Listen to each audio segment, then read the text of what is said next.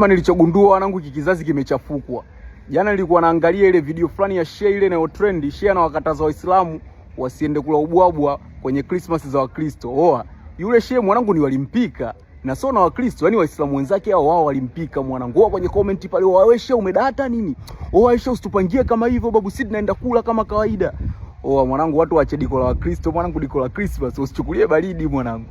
Sasa mwanangu, nilichogundua hiki kizazi kimechafuka mwanangu. Na huko miaka ijayo mwanangu ya mbele tutegemee ndoa za Wakristo na Waislamu nyingi sana. Yaani mwanangu, watu people they don't give a fuck mwanangu. Si uambie eti Mkristo asiende kwa Muislamu.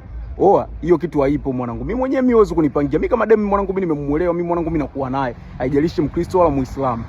Kwa hiyo mwanangu, saizi mwanangu, kama mnataka kuhubiri mwanangu, hubirini au tuambieni kuhusiana na namna gani tutalisi ufalme wa Mungu. Lakini kuleta hizi drama nyingine mwanangu kwa kizazi hiki, kizazi chetu sisi, oa, hii haifanyi kazi mwanangu. Yaani haifanyi kazi.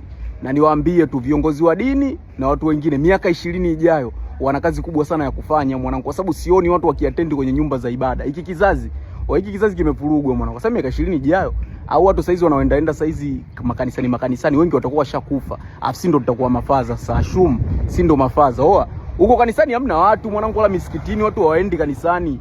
Yaani kizazi mwanangu, ukileta habari za dini, oa, hawezi kukuelewa mwanangu. Yaani